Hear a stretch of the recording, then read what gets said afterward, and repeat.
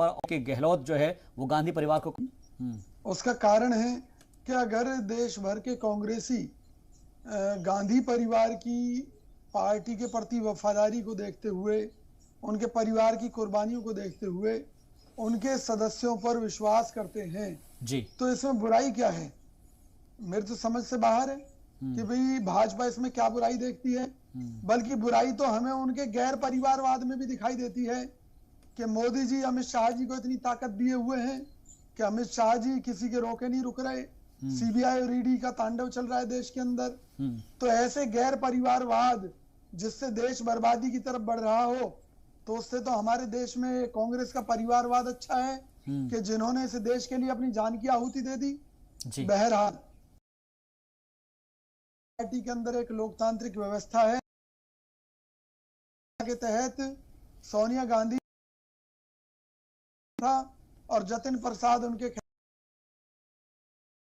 उसके बाद में देश भर के तौर पर संभाल रही थी। ये भी कहना चाहता हूं कि ये कार्यकर्ता खुश हो रहे हैं। ठीक है, भाजपा ये मान बैठी है कि अशोक गहलोत अध्यक्ष बन गए हैं और इसलिए भाजपा जो है खुश है, क्योंकि वो उन्हें अपने मुकाबले का नहीं मान रही।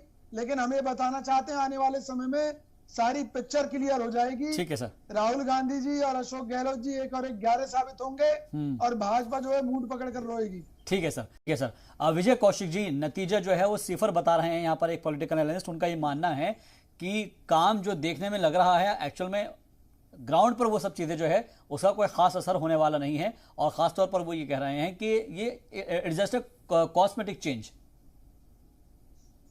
अध्यक्ष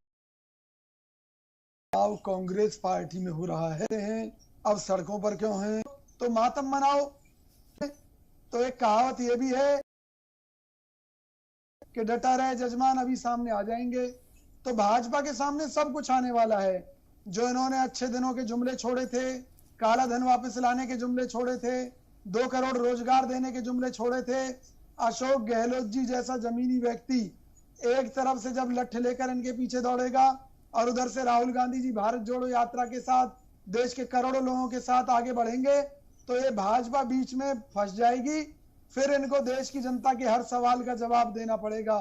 इस महंगाई पर जवाब देना पड़ेगा, विदेशी कर्ज पर जवाब देना पड़ेगा, आर्थिक स्थिति खराब होती जा रही है उस पर जवाब देना पड़ेगा, आरबीआई के रिजर्व फंड से करोड़ों रुपए इन्होंने निकाल कर उड़ा दिए, उस पर जवाब देना पड़ेगा। देश की बर्बादी के हर एक पहलू पर, हर एक सवाल पर इनको जवाब देना पड़ेगा। इसलिए भाजपा बौखला गई है। इन्हें यह समझ में नहीं आ रहा कि अशोक गहलोत के कांग्रेस अध्यक्ष बनने की खुशी में ये लोग खुशी मनाएं या मातम मनाएं। ठीक है, तो ये आने वाले समय में इनके सामने सच सामने आ जाएगा। तो उनसे भी समझ लेना चाहिए कि ये मुस्कुराहट किसी और चीज की वजह तो नहीं है।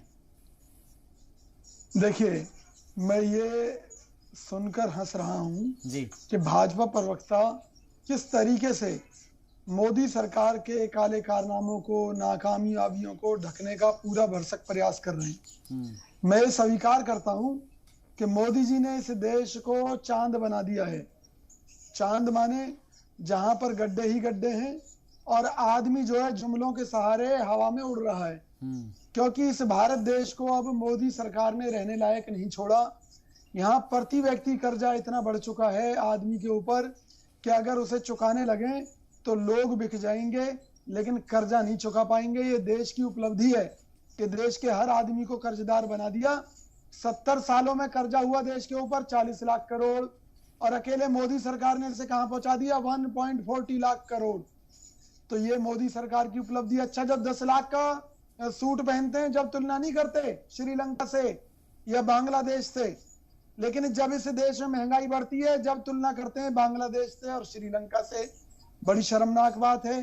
ये कह रहे हैं कि कोरोना पीरियड में पश्चिमी देशों ने, विकसित देशों ने घुटने टेक दिए थे, लेकिन देश के अंदर तो वैक्सीन के ऊपर ही सवाल उठने लगे कि जो मोदी सरकार के समय में वैक्सीन, कोरोना वैक्सीन अपने आप में एक बहुत बड़ा घोटाला है। तो मेरी तो समझ में कभी तो ये अपने आप में पाकिस्तान पहुंच जाते हैं। 2-2 बार इस देश को आर्थिक मंदी बढ़ रही है, उनकी तनख्वाह नहीं बढ़ रही। टैक्स कई गुना हो चुके हैं। जितने 70 साल में टैक्स लगे थे ना, और आज के टैक्सों को देखो तो उनमें कई सौ गुना बढ़ोतरी हो चुकी है। उसको भी आप स्वीकार नहीं करते जी। अरे भाई, देश की जनता का खून निचोड़ कर आप सरकारी खजाने में जमा करके उसे 5 ट्रिलियन की अर्थव्यवस्था बनाना चाहते हुए तो देश डूब जाएगा। क्योंकि आप ये देखिए ना सर, आपका जो विदेशी मुद्रा भंडार है लगातार खाली हो रहा है। ठीक है, रुपया लगातार गिर रहा है। सुनिए ना, हर मोर्चे पर तो सरकार विफल है। हाँ। तो इस देश का भला कैसे होगा? ठीक है, अशोक गहलोत की जिसको लेकर चर्चा ये है। और अगर बात अशोक गहलोत की हो रही है, बहुत बड़ा चैलेंज है, चुनौती है। और एक अलग चीज है संगठन।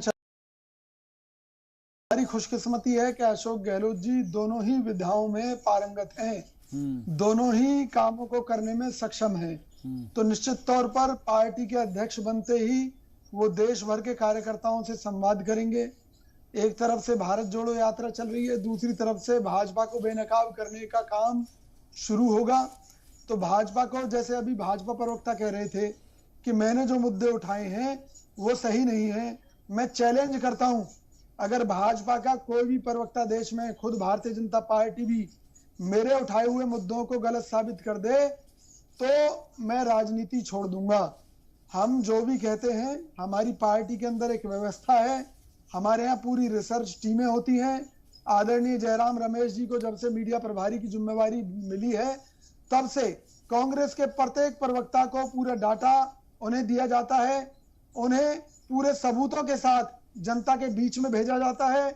यहाँ तक कि ब्लॉक स्तर पर, जिला स्तर पर भी पूरे सबूतों के साथ कांग्रेस पार्टी अपने कार्यकर्ताओं और नेताओं को भेजने की तैयारी कर रही है, जिससे कि निचले स्तर से लेकर और ऊपर तक एक ऐसा जबरदस्त माहौल हो जिसमें हर झूठ के ऊपर से पर्दा हट जाए।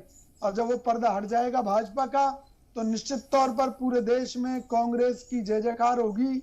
लोग कांग्रेस के नेताओं को सिर आंखों पर बिठाएंगे उनके संघर्ष के चलते, और भाजपा को उनके काले कारनामों के चलते सत्ता से उखाड़ कर बाहर फेंक देंगे। कब तक खरीदेंगे हमारे विधायकों को, कब तक खरीदेंगे हमारे सांसदों को?